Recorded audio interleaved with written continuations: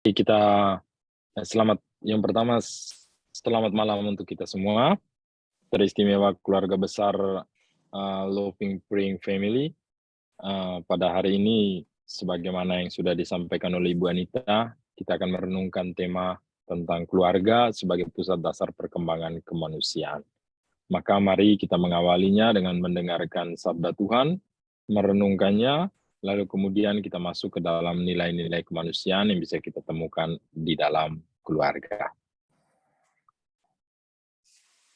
Dalam nama Bapa dan Putra dan Roh Kudus, amin. Tuhan sertamu dan sertamu juga. Inilah Injil Yesus Kristus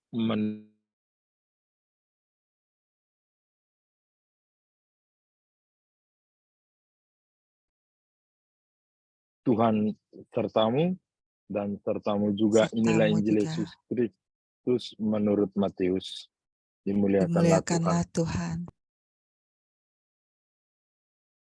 Ketika Yesus masih berbicara dengan orang banyak itu, ibunya dan saudara-saudaranya berdiri di luar dan berusaha menemui dia. Maka seorang berkata kepadanya, "Lihatlah, ibumu dan saudara-saudaramu ada di luar dan berusaha menemui engkau." Tetapi jawab Yesus kepada orang yang menyampaikan berita itu kepadanya, "Siapakah ibuku dan siapakah saudara-saudaraku?" Lalu katanya, sambil menunjuk ke arah murid-muridnya, "Inilah ibuku dan saudara-saudaraku. Sebab siapapun yang melakukan kehendak Bapakku di surga, dialah saudaraku laki-laki, dialah saudaraku perempuan, dialah ibuku." Demikianlah Injil Tuhan, terpujilah Kristus.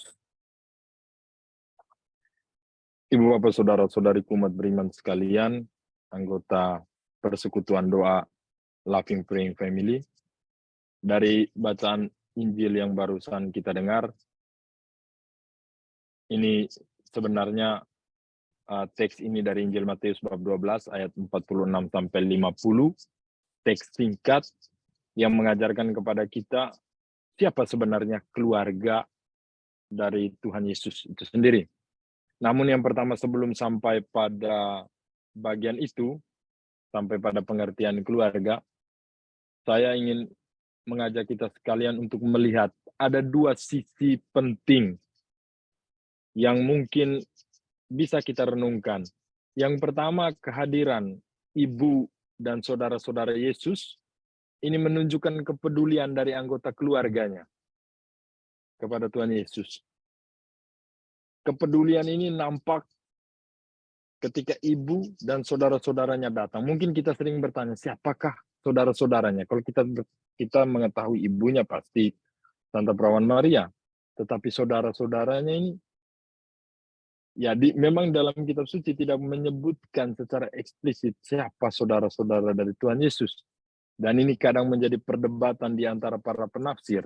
Tapi yang terpenting bagi kita, bahwa bisa saja orang-orang yang menyertai anggota-anggota keluarga, mungkin saja sepupu-sepupu dari Tuhan Yesus. Dan saudara-saudariku, yang paling penting kita lihat di sini adalah adanya kepedulian dari anggota keluarganya. Mereka pergi dan mencari Tuhan Yesus.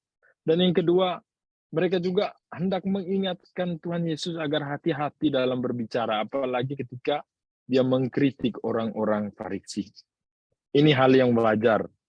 Tentu orang tua kita selalu memberikan awasan agar kita berhati-hati, berwaspada.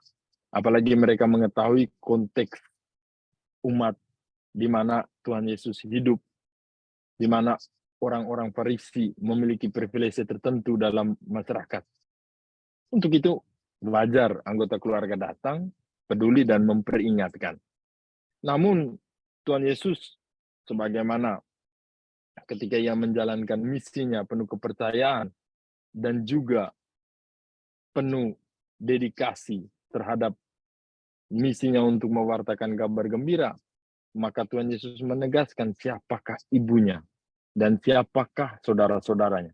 Ketika ia mengatakan, ibuku dan saudara-saudaraku adalah mereka, siapapun yang melakukan kehendak Bapakku di surga, dialah saudaraku laki-laki, dialah saudaraku perempuan, dan dialah ibuku. Siapapun yang melakukan kehendak Bapakku di surga. Ini sebenarnya menegaskan eksistensi Maria sebagai ibu Yesus. Karena apa? Karena Maria adalah orang yang pertama dalam perjanjian baru yang melaksanakan kehendak Tuhan. Yang melakukan kehendak Tuhan. Kita ingat jawaban Maria terhadap malaikat Gabriel yang datang mengunjunginya. Terjadilah padaku menurut kehendakmu. Fiat voluntas tua. Jadi pernyataan Yesus, siapapun yang melakukan kehendak Bapakku di surga, dialah ibuku, ini menegaskan eksistensi Santa Perawan Maria sebagai Bunda Kristus.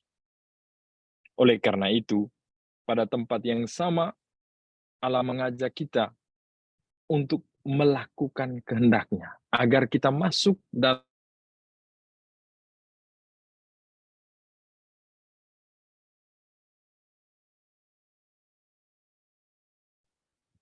mereka yang melakukan kehendak Bapa. Saya lanjutkan.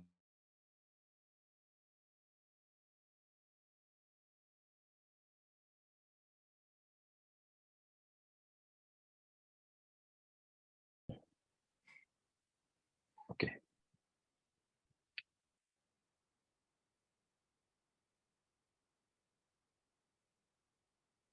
Baik, saya bisa lanjut ya. Silakan, Romo. Oke.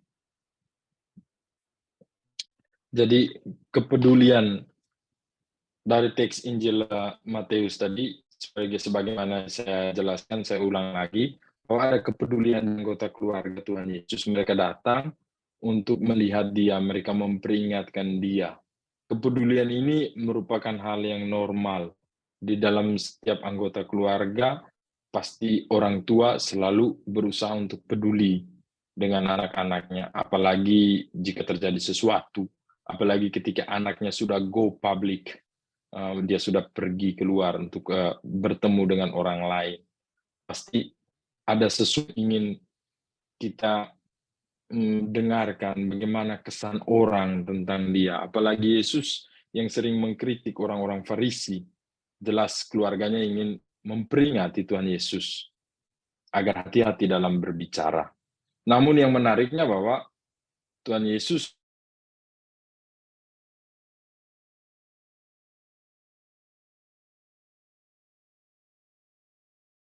Apakah Romo terlempar lagi? sudah dengar? Iya, sudah. Oke. Kita doakan supaya aman jaringannya. Baik, Yesus mengatakan bahwa mereka yang melakukan kehendak Bapakku, itulah yang disebut saudaraku laki-laki, saudaraku perempuan, dan dialah ibuku. Dengan ini, kembali saya ulangi bahwa ini menegaskan eksistensi Santa Perawan Maria sebagai ibu Yesus. Karena Bunda Maria adalah orang pertama dalam kisah perjanjian baru yang mengungkapkan dengan tegas untuk menaati kehendak Allah. Terjadilah padaku menurut kehendakmu, fiat voluntas tua. Namun untuk melakukan mereka yang melakukan kehendak Allah, saya ulangi lagi, untuk dapat melakukan kehendak Allah, tadi kita sampai pada penegasan Bunda Maria sebagai orang pertama dalam kitab perjanjian baru yang menyatakan taat kepada kehendak Allah, yang menuruti kehendak Allah, yang melakukan kehendak Allah. Sebagaimana dia tegaskan, terjadilah padaku menurut kehendakmu. Pernyataan iman Maria ini yang kemudian membingkai seluruh dasar karya keselamatan. Namun untuk melakukan kehendak Allah ada 3 hal yang paling penting. Yang pertama, mendengarkan firman-Nya. Kita tidak dapat melakukan kehendak Allah kalau kita tidak tahu apa itu kehendak Allah. Kita mendengarkan firman Allah. Sebagaimana Maria pertama dia mendengarkan dulu. Engkau akan mengandung dan melahirkan seorang anak yang akan dinamakan Immanuel, Allah beserta kita. Dia mendengarkan dulu firman Allah. Kemudian dia mengetahui kehendak Allah. Hal yang kedua, untuk melakukan kehendak Allah. Yang pertama, mendengarkan firman-Nya. Mengetahui kehendak Allah. Mengetahui berarti melibatkan suatu pikiran, melibatkan logika, mengetahui kehendak Allah, mengerti, memahami, dan melakukan. Setelah kita mengerti, kita melakukannya. Sebagaimana Maria, sebelum dia melakukan menjadi ibu, dia mengerti bahwa dia akan mengandung dari Roh Kudus. Walaupun pengertiannya itu belum sempurna, sebab ia masih dalam keraguan-raguan, sebab ia tidak memiliki suami. Tapi perjalanan untuk sampai pada melakukan kehendak Allah, yang pertama mendengarkan firman-Nya, mengetahui kehendaknya, dan melakukannya. Sebab melakukan kehendak Allah merupakan persiapan yang terbaik untuk menjadi murid-murid Tuhan. Yohanes 7:17. Barang siapa mau melakukan kehendak-Nya, ia akan tahu entah ajaranku ini berasal dari Allah, entah aku berkata-kata dari diriku sendiri. Dan melakukan kehendak Allah merupakan bukti terbaik bahwa seorang itu sungguh murid Allah. Sungguh murid Tuhan. Yohanes 7:21. Bukan setiap orang yang berseru kepadaku Tuhan, Tuhan akan masuk ke dalam kerajaan surga, melainkan dia yang melakukan kehendak Bapa-Ku di surga. Jadi keluarga Tuhan Yesus, keluarga ilahi, adalah mereka yang melakukan kehendak Allah. Jika kita melakukan kehendak Allah di dalam keluarga kita, mendengarkan firman-Nya, mengetahui kehendaknya, dan melakukannya dalam hidup kita, maka kita masuk dalam bagian dari keluarga Allah. Selanjutnya, apa itu keluarga? Sering kita dengar pengertian ini, apa itu keluarga? Ya, secara sederhana dapat kita katakan, keluarga terdiri dari bapak, mama, anak-anak, ada keluarga inti, ada keluarga besar, ada keluarga lebih besar lagi, terus ada suku dan sebagainya. Tapi saya merujuk pada pengertian dari Amoris Laetitia, salah satu ensikliknya Paus Fransiskus yang berbicara dan berfokus pada pastoral keluarga. Keluarga adalah cermin cinta kasih Allah.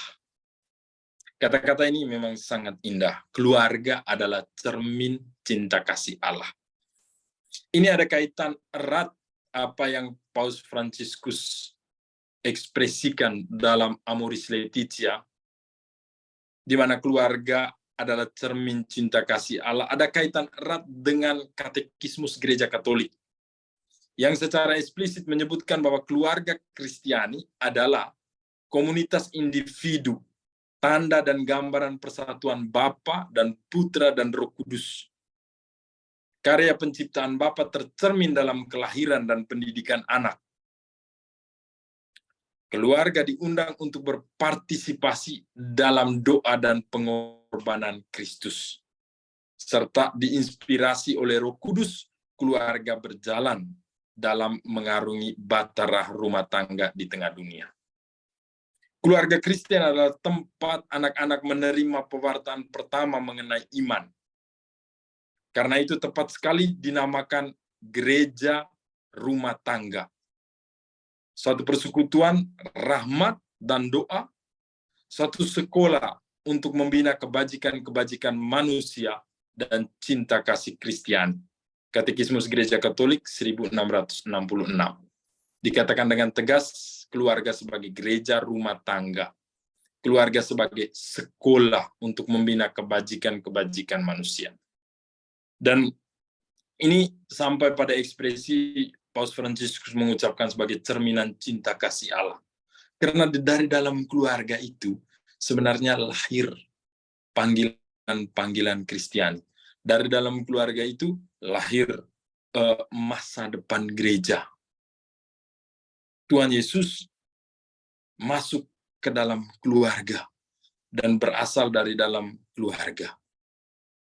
Saint Yosef, Bunda Maria, dan Tuhan Yesus. Apapun bentuk keluarga dengan segala macam persoalan, tantangan, tentu di sana ada juga rahmat. Dalam sekolah untuk membina kebajikan-kebajikan manusia dan cinta Kristiani ini, kita dapat temukan sekurang-kurangnya ada 5 nilai dasar kemanusiaan yang seharusnya bertumbuh dalam keluarga. Kenapa saya katakan seharusnya? Mungkin kadang nilai-nilai ini justru bertumbuh di sekolah karena di tengah kesibukan keluarga dan sebagainya, dunia yang seperti sekarang ini kita berkejaran dengan urusan bisnis, pekerjaan, dan sebagainya. Tapi kita kembali diingatkan akan sekurang-kurangnya ada 5 nilai dasar kemanusiaan yang seharusnya dapat bertumbuh dalam keluarga. Sehingga ketika anak kita keluar dari rumah, dari keluarga, kelima nilai dasar kemanusiaan ini sudah menjadi prinsip hidupnya. Sudah terikat dengan kepribadiannya. Yang pertama, cinta. Mungkin slide-nya bisa lanjut, Bu Anita. Yang pertama, cinta. Itu ya sudah tadi itu. Yang pertama, cinta. Ada 5 nilai dasar kemanusiaan dalam keluarga. Yang pertama, cinta. Cinta ini yang mengikat satu sama lain. Pertama, mengikat tentunya suami dan istri. Mengikat relasi antara suami dan istri dengan Allah. Sebab menikah bukan hanya relasi antara suami dan istri, tetapi relasi juga dengan Allah. Untuk itu, cinta ini yang mengikat satu sama lain. Kadang kita mengatakan bahwa ya memang antara anak dan orang tua itu terdapat ikatan darah sehingga agak sulit untuk melupakan satu sama lain. Tapi sebenarnya lebih dalam dan sangat dalam daripada itu ada ikatan cinta. Ini bukan hanya sekedar perasaan, tapi suatu komitmen yang mengakar dan menguatkan dalam relasi antara anggota keluarga satu dengan yang lain. Oleh sebab itu, di dalam keluarga haruslah bertumbuh nilai ini, bertumbuh sikap ini, kebajikan ini, cinta. Penting untuk mengembangkan rasa cinta ini diusulkan juga dalam Amoris Laetitia, yakni dengan mengembangkan kedekatan, kasih sayang, dan keterbukaan dalam keluarga. Mengembangkan kedekatan antara orang tua dengan anak, antara orang tua sendiri, antara anak dengan anak. Banyak terjadi zaman ini bahwa kelihatannya orang tua tidak terlalu dekat dengan anak. Anak lebih dekat dengan teman-temannya. Benar itu kadang karena ya situasi dunia yang semakin berbeda. Tetapi diusulkan agar melalui cinta ini tumbuh suatu kedekatan, kasih sayang, keterbukaan dalam keluarga. Anak bisa bebas untuk terbuka dengan orang tua. Anak bisa terbuka dengan sesama kakak adik dan antara orang tua dengan orang tua. Yang kedua, ketaatan. Ketaatan, sikap yang kedua, nilai dasar yang kedua yang seharusnya bertumbuh dalam keluarga adalah ketaatan. Ketaatan ini bukan berarti anggota keluarga berada di bawah suatu kekuasaan. Misalnya ayah dia yang berkuasa di keluarga, atau ibu dia yang berkuasa di keluarga. Satu keputusan berasal dari dia. Ketaatan bukan berarti taat kepada satu orang yang berkuasa atas orang yang lain. Di sini kita berbicara lebih pada otoritas kekeluargaan, di mana adanya sikap saling membantu. Yang lebih mudah, teristimewa membantu yang lebih mudah dalam pertumbuhannya. Terlebih dalam arti saling percaya, agar menumbuhkan kepercayaan dengan membantu yang lebih kecil, dengan membantu yang lebih mudah, sehingga tercipta satu lingkungan di mana kita menaati nilai-nilai yang kita sepakati bersama, bukan menaati satu orang. Menaati aturan bersama dalam keluarga dan yang paling penting adalah yang lain bisa memberikan contoh, memberikan teladan. Saya ketika menjadi formator, menjadi pembina di seminari, bagian ini yang saya rasa sangat berat. Karena di seminari itu seperti keluarga. Kita sebagai bapak asrama dan anak-anak.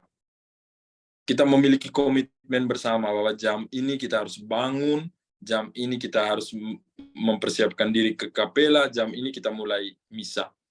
Tapi sebagai bapak asrama, hal yang paling pertama dituntut yakni memberikan teladan, memberikan contoh. Oleh karena itu menaati bukan menaati orang, menaati suatu kesepakatan bersama dalam keluarga. Orang tua sendiri menaati, anak-anak juga menaati. Misalnya ada satu keluarga yang saya kunjungi, mereka bilang kami sepakat Romo kalau di meja makan tidak boleh membawa HP. Jadi membawa telepon genggam. Jadi mereka sepakat bahwa selama makan mereka tidak memegang telepon genggam sehingga mereka bisa berinteraksi satu dengan yang lain. Kesepakatan ini tentunya akan menjadi kuat jika kita memberikan contoh, memberikan teladan. Yang ketiga, yang seharusnya bertumbuh juga dalam keluarga, yakni toleransi. Ya, menerima. Toleransi itu bukan hanya menerima, menghargai perbedaan, tetapi juga menerima siapa kita. Itu yang paling pertama. Dan juga pada tempat yang sama, menerima seperti apa orang lain. Menghargai perbedaan di antara kita, yang pertama menerima siapa kita dengan segala kekurangan, tapi juga mengakui kelebihan dan juga rahmat yang kita miliki, anugerah dari Tuhan yang kita miliki, tapi pada tempat yang sama menerima juga mungkin ada kelemahan yang dapat saja merusak relasi kita dengan anggota keluarga yang lain. Menjadi toleran berarti mengakui kehadiran orang lain. Ini lebih penting, yakni toleransi, mengakui kehadiran orang lain. Sebab hal yang menyakitkan ketika kita tinggal bersama, tetapi kita tidak diakui keberadaan kita. Kita tidak diberi ruang untuk mengekspresikan diri kita. Menghargai seorang atas kebaikannya sangat mudah. Cukup mudah menghargai seorang atas kebaikan. Tetapi lebih mudah kadang kita melihat kesalahan orang lain. Namun, kadang kita sulit untuk melihat kebaikan orang lain, mengakui kebaikan orang lain. Toleransi juga itu, menerima orang lain seperti apa adanya. Jika dia memiliki kelebihan, jika dalam anggota keluarga kita ada yang menerima rahmat lebih dari Allah, kita perlu bersyukur. Oleh karena itu, toleransi seharusnya bertumbuh dalam keluarga agar teristimewa anak-anak dapat mengembangkan kemampuan untuk menerima diri mereka apa adanya dan juga menghargai orang lain. Ini masih ada hubungan dengan yang keempat, nilai dasar yang keempat, yakni penghargaan atau hormat.